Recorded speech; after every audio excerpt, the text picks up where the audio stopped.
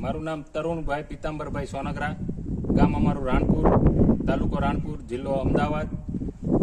અહીંયા અમે જૈન ટપક કરી છે. આ જમીન અમારી ચીકણી જમીન બહુ છે. અહીંયા પહેલાં મારે કપા ઉગતો જ નહોતો. આ ટપક કરવાથી અત્યારે તમે જોવો છો, આ કપાસ બહુ સારો કપાસ થયો છે.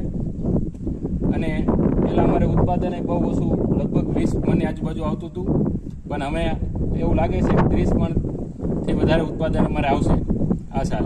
અને કપાસ બહુ સારો છે. અને ટપક કર્યા પછી ઘણો બધો અમારે ફેરફાર થઈ ગયો છે જમીનમાં, અને ચિકાસ પણ ઓછી થઈ ગઈ છે. તરુણભાઈ, તમે ટપક કરી એનાથી શું બીજો તમને ફાયદો થયો મોટો?